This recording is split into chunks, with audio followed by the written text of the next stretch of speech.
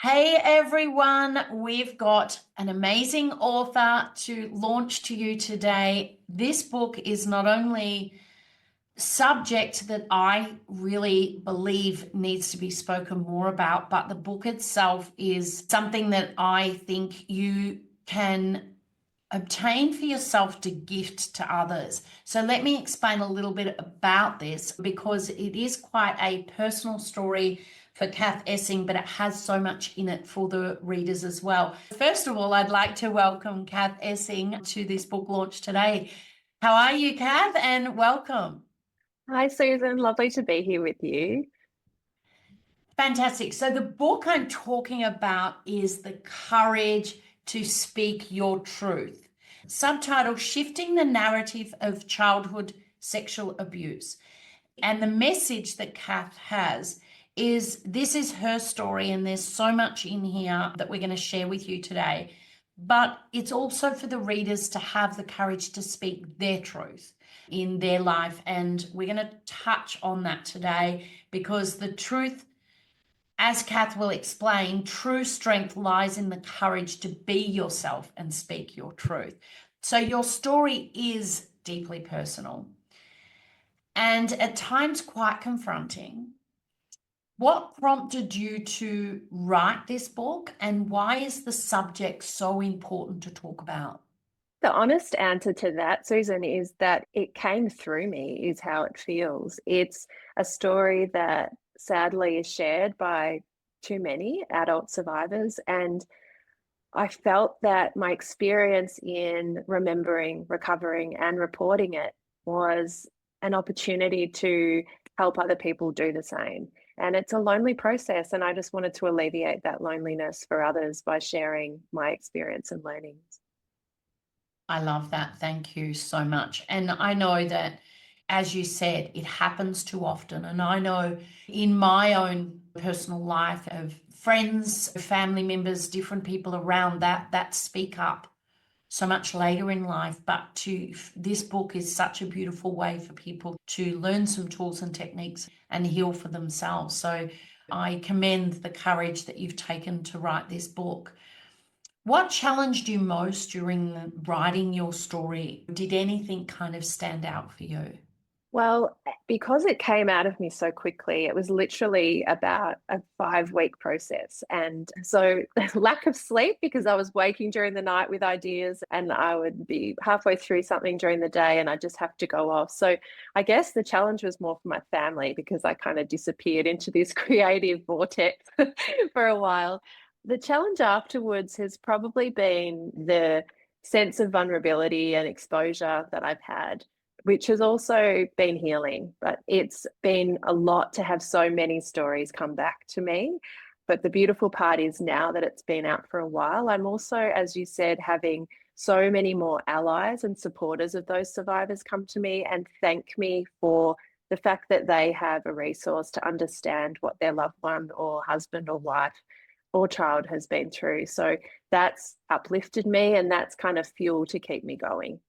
Yeah, that's so true because it's for people to understand and also be an advocate behind sharing the message and getting people to speak up. And sometimes it might be something that if someone has gone through it, they could read the book and give it to their partner or so that they do understand a little bit more. That's very true. You discuss the importance of speaking up and using your voice. And what would you say is the first step when people have been silenced by past experience and they want to reclaim their voice? What would be some encouragement or some tips in how they can gain the courage to speak up?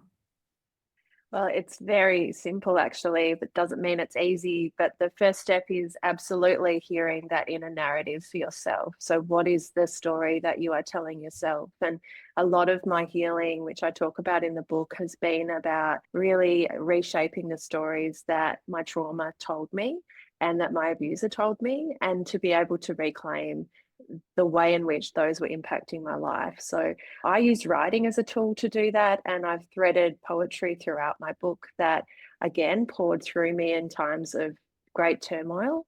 So when I work with individuals, I say that some days I sat there and I started writing, and I would write, I don't have anything to say, I don't know. And the whole page would be covered with that. And then all of a sudden, the message will come behind it. So that's where I would suggest that people begin. Yeah, I love that. And you mentioned that it combines poetry and personal stories, some helpful advice for the readers. And you mentioned that it helped with your healing process, which is great. Even though this message, and like you said, it happens way too often. And I think sometimes people are naive to the fact that it's still happening today. And I think that bringing this awareness and having this courage to speak out is so very important, but also educating our children. And I know that you have been so courageous in speaking up, but also it's about those conversations that it can lead to with children or with partners and things like that, to open up the conversation so that we can possibly prevent some of this from happening, and having people have that courage to be aware of it as well. I think that's really important. And when you speak also about something where you've been silenced by the past, it doesn't necessarily need to be childhood sexual abuse. It could be childhood verbal abuse. It could be something that's happened in the workplace. It could be many different things. I think at the end of the day, your message stands true for people to speak up.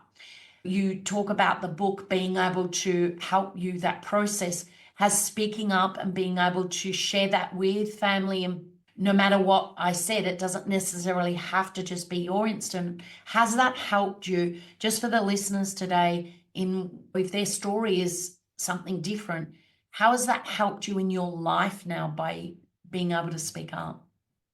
Well, I guess that I never wanted this to define me. So as a result, I didn't talk about it because I thought that was strength. But what I've realized was that it was just me that was carrying the weight of the reality and the truth. So, as you said, whether it's grief from a parent passing or fertility issues or whatever has happened that's kept you isolated and silent from others, it is about being able to understand the parts of that story that are important to communicate for belonging and connection, not for sharing its sake, but when there is something that we are curating for others, for their comfort, it just creates discomfort within our own experience. And so that's why I believe that sharing and having that courage to share our truth is important, regardless of what that truth is. Yep, absolutely love that. And in your book, you discuss the significance of writing a victim statement, and you help people write their own statement if justice doesn't prevail and or the abuser cannot be held accountable.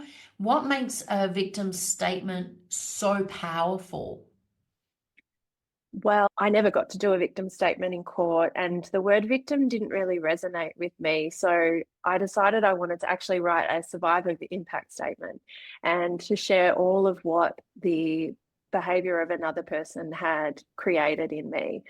And I've had friends whose partners have left them and who have had people, have so many different scenarios and have awful scenarios that they've been carrying a story that was someone else's, not theirs to carry, but they carry the impact of that. So I wanted to be able to articulate for me and all the stories of abuse and silencing that I've heard and put it into a piece of writing that was powerful and empowering, and then also teach other people to do that. So I created a little short worksheet for people to be able to do their own and just get it out of you. However, whether you share it or not, it's about getting your story out so that you can face it and then move on. I love that. So this book has been the courage of Kath sharing and having something that needs to be spoken about.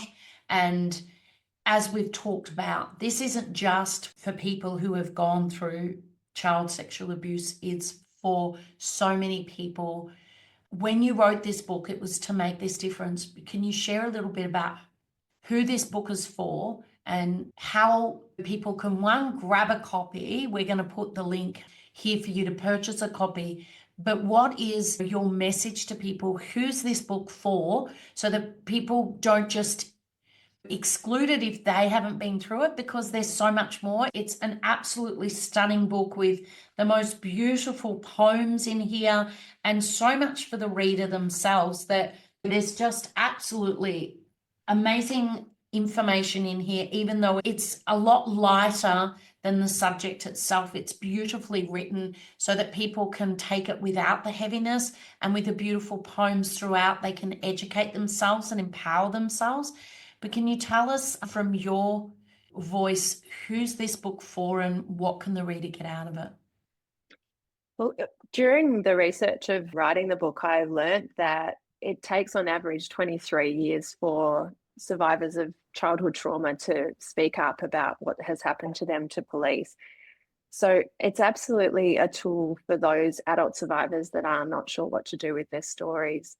But those adult survivors go beyond childhood sexual abuse, as you said, and it's when we face any trauma that has happened in our past from our childhood, and trying to make sense of that with adult eyes can be very complicated, particularly when we're still impacted by the childhood emotions that are stuck within us. So it's for survivors. It's also for anybody who's supporting a survivor to help them understand the journey and to hopefully give them some light on the topic. But as it turns out, it's become much broader than I expected. That's who I wrote it for. But what it's really become about is individuals reclaiming their story. And so I guess this has just become evidence of the fact that I've done it, and it's allowed me now to have freedom in the way that I speak to people and the harmony I feel within. And ultimately, that's what it's about. It's about creating a sense of truth within our own experience of this beautiful, big, vast world. Beautiful. So, yes, grab your copy, The Courage to Speak Your Truth. Thank you so much, Kath, for allowing us to publish such an important book. And I know that we're here and behind you in supporting this message and just educating, getting people to really start reclaiming their life and not being held back. And we thank your courage to really speak the truth, to give other people the permission as well. But also in the book, like I said, it gives people some ways to be able to process it themselves. So thank you so much. And yeah, grab a copy of the book. Thank you, Susan. It's been beautiful chatting to you.